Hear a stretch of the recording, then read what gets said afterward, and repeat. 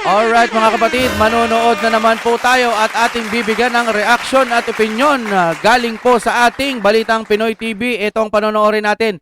Grabing expose neto. Nilabas na lahat. Kakapasok lang breaking news. Then case.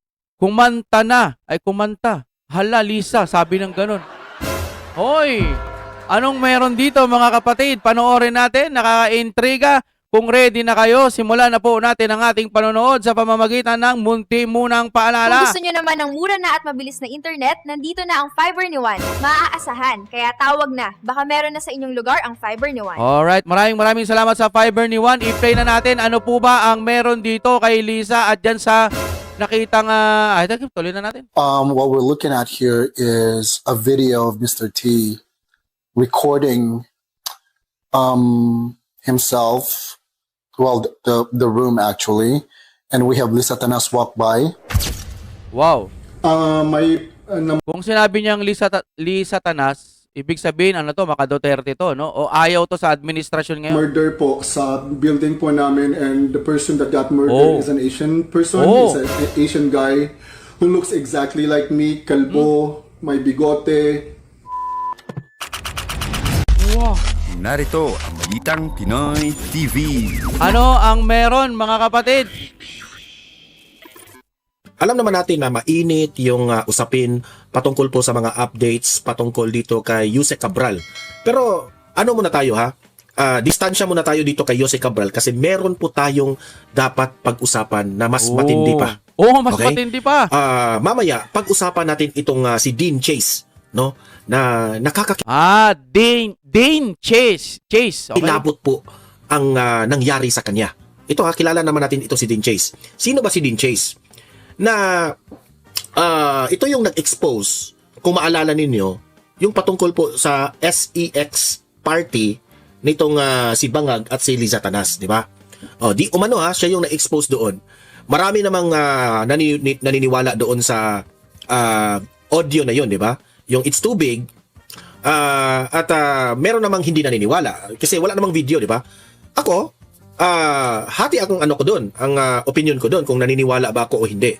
Pero kung maririnig nyo yung video na in-expose nitong si Dean Chase, talagang kaboses talaga ng dalawa. Okay? So ngayon, meron pong update itong si Dean Chase patungkol doon.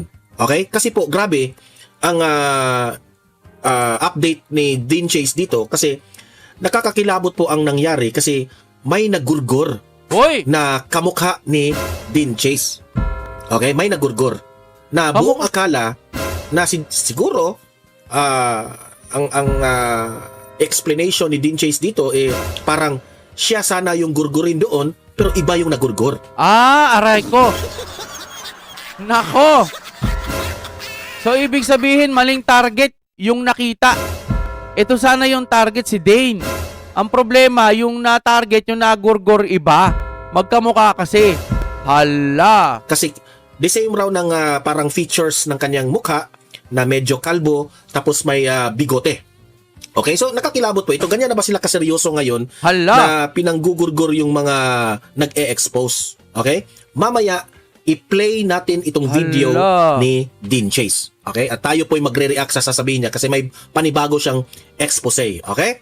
At eto rin, may update tayo kay former President Duterte doon sa Hague ICC. Update ito ng ICC. Ano? Na 303 application lang ang nag-participate. Imagine that one. 303, alam ko ba, libo-libo. Libo-libo to. Akala natin, aabot ng 30,000 na napakalat nila na victims. Oo, sabi nila 300 lang pala pati dinala nyo pa sa dahig. Pwede naman sa Pilipinas. Litisin kung meron man. Anak ng teting, 300 lang, hirap na. Mula noon hanggang ngayon pa lang 300. Di sana dito na lang sa Supreme Court. Ay, 103. Hindi yung crimes against humanity kung ganun.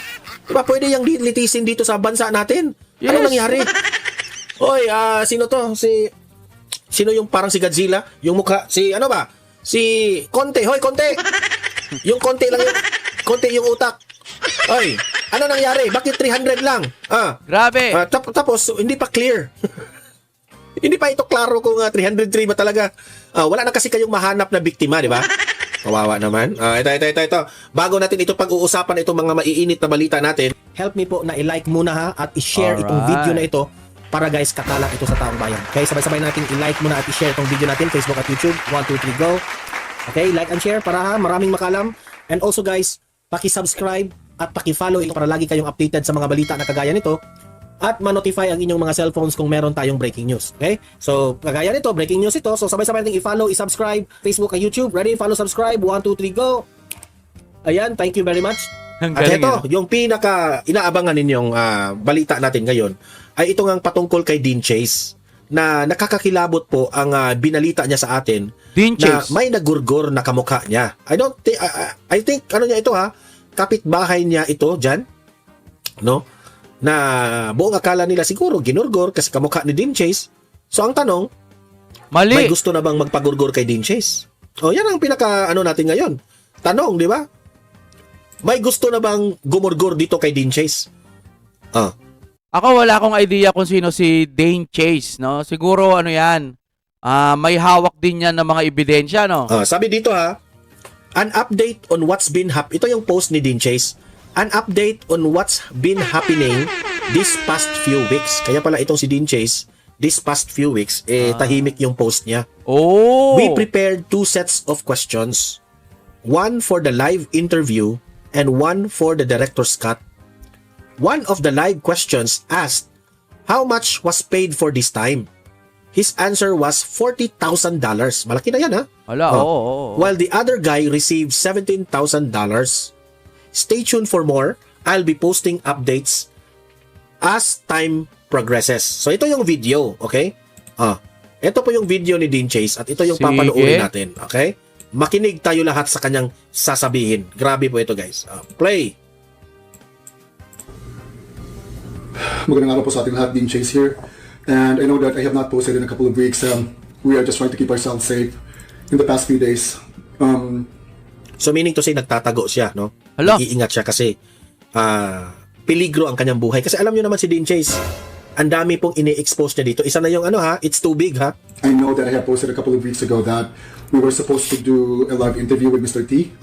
That's the code name Ako? of Mr. Too Big. That's the name that we have actually agreed upon na gagamitin namin sana sa live interview namin.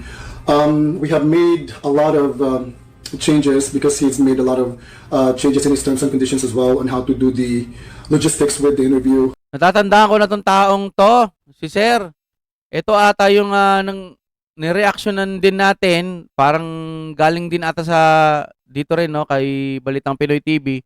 Sinusundan siya, no, parang may sumusunod sa kanya. Ito rin ata yun. And what's been happening this couple of days that actually dropped the bomb on how to move forward. Kasi po, a couple of weeks ago before Mr. T actually arrived here, when we started talking about the possibility of doing a live interview, tell all on what had happened on one of the sex parties that, Lisa Tanas and Bangag had actually done. And we were lucky enough to have gotten in touch with one of the attendees of those parties. And yun na nga, gusto sana namin mag-live interview, pero when I told him about the break-in na nangyari before he arrived here in Los Angeles, I'm going to show you the picture. Someone had actually broken into the penthouse unit. Yan yung tunay na picture, ha? And nireport na namin ito sa police, and we have already reported to the landlord. But we So imagine that one, no? Meron gustong magtangka sa buhay ni Dean Chase. Kasi yung pinakita niya, pinasok yung bahay niya. Yun ang pagkakaintindi ko, ha? Pinasok ang bahay niya. And it has something to do, ha? In my own analysis, it has something to do with the recent exposés na mga ginagawa ni Dean Chase. I believe so. Di ba?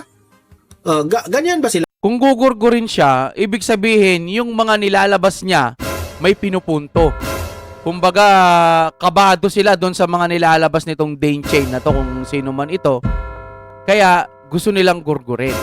Mukhang tumatama lahat ng nilalabas niya. Ginugurgur nila yung mga taong nag-i-expose sa mga kabalastugan nila. Pagkatapos ni Cabral, meron na Nako. namang We have Nako. not actually linked it to what's been happening and of course what I've been doing on the internet as well because we really don't want that kind of attention for now. But we have already reported it to the police and yun na nga, medyo natakot siya. And only recently, in the past few weeks that we've been trying to figure out the logistics of the interview that we were supposed to do, Mr. T had actually realized that the thing that we are doing is really heavy. Yung una, akala Yung Mr. T na binanggit niya, yun yung source niya doon sa audio recording ng SEX, yung It's Too Big, ha? lang talaga niya na, okay, yeah, we're going to do an interview and then that's it. When we were talking about the logistics, and yun na nga, parang na-realize niya na ang bigat po talaga ng gagawin namin. There's going to be a lot that will be placed on the line. It's not only for me, but for him as well, especially, kasi he's the one who's actually going to tell everything. And he, of course, signed an NDA, a non-disclosure agreement, before he actually went to one of these sex parties. And yun na nga, takot na takot siya. And he got paid, of course, pero yun na nga, na-realize niya na he will be putting his life on the line, not only his life, but actually his family's life on the line as well. And it had gotten so heavy until mas na-realize niya na nakakatakot na pala talaga itong ginagawa namin because last Tuesday, someone had again broken into our unit, our penthouse unit. Luckily, we weren't there. Penthouse unit nila, ha? May pumasok.